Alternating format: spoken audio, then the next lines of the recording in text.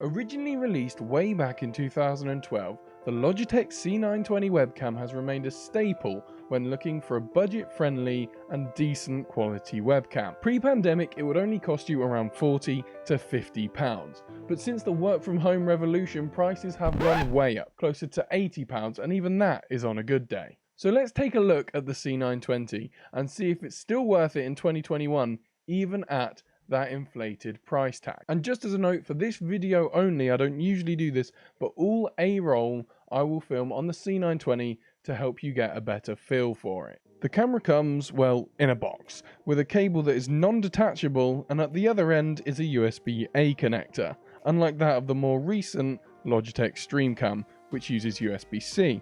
Personally, I prefer USB-A as a Windows PC user. I find USB-C ports are quite hard to come by, but if you use a laptop or a Mac, you might feel differently. It also comes with a base that you can use to clip it onto either the top of your monitor or screen or laptop. And also at the bottom has a handy little tripod mount for getting those extra super duper very cinematic camera angles. Not anything particularly special, but still very helpful. The camera can shoot in 1080p 30fps or 720p 30fps, and at a field of view of 78 degrees. Not quite as wide or high res as something like the Brio 4K with a larger FOV, or quite as smooth as the StreamCam, which is capable of 60fps at 1080p, but I still find generally it's good enough. It's likely that if you use this for video calling, it's going to get compressed lower than this anyway. So now all the specs are out the way, I'd like to tell you about my experience with the webcam. I bought this to use as a face cam for my streaming over on Twitch. It was one I could plug directly into my Xbox at the time, which was useful, but is also of course compatible with basically any computer. To be honest, I quite like the webcam. I got it because it was one of the cheapest options from a brand that I recognised and trusted to have decent quality. And I do not feel let down. Usually I'm all for the cheap dirty stuff, but I just didn't want to take the risk this time. And like I say, overall I'm fairly happy with it. The resolution and frame rate is fine, the colours are good enough, and it's been, for the most part, very convenient. But that doesn't mean it's perfect. The cable being non-detachable has meant that at times I found myself quite limited, trying to stretch it further than it could actually go. It's long enough that I could always find a valid compromise, but it was never quite ideal. And being able to swap out the cable could have come in handy and fixed this.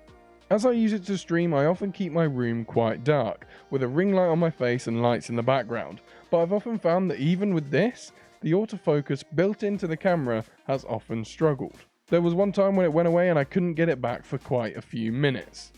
With more light it's usually okay, but it's not quite perfect, and definitely not as good as that of the Logitech StreamCam, which I have used before. The overall look and quality of the webcam isn't exactly a letdown, but it's not particularly great either. I guess it's the typical case of you get what you pay for. That is when you're not paying £3,000 because there's only one in the world. In low light it can struggle with not only focusing, but it can get quite noisy too. And then in situations with a lot of light, it can be quite overexposed. That's why I'd personally say that while it's fine for meetings and other work from home things, and it seems to be good enough for streaming too, using it for YouTube videos is something I'd rather not do. I think you'd probably be better off using something like your phone's camera. So would I recommend it?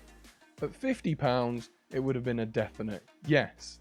But now that the price is closer to £90, I think you really have to need it. It's not perfect, but it's also more than good enough to get the job done, as long as that job doesn't require a particularly high quality output. If you did enjoy the video, please do leave a like and maybe even consider hitting that subscribe button too, and I will see you in the next one.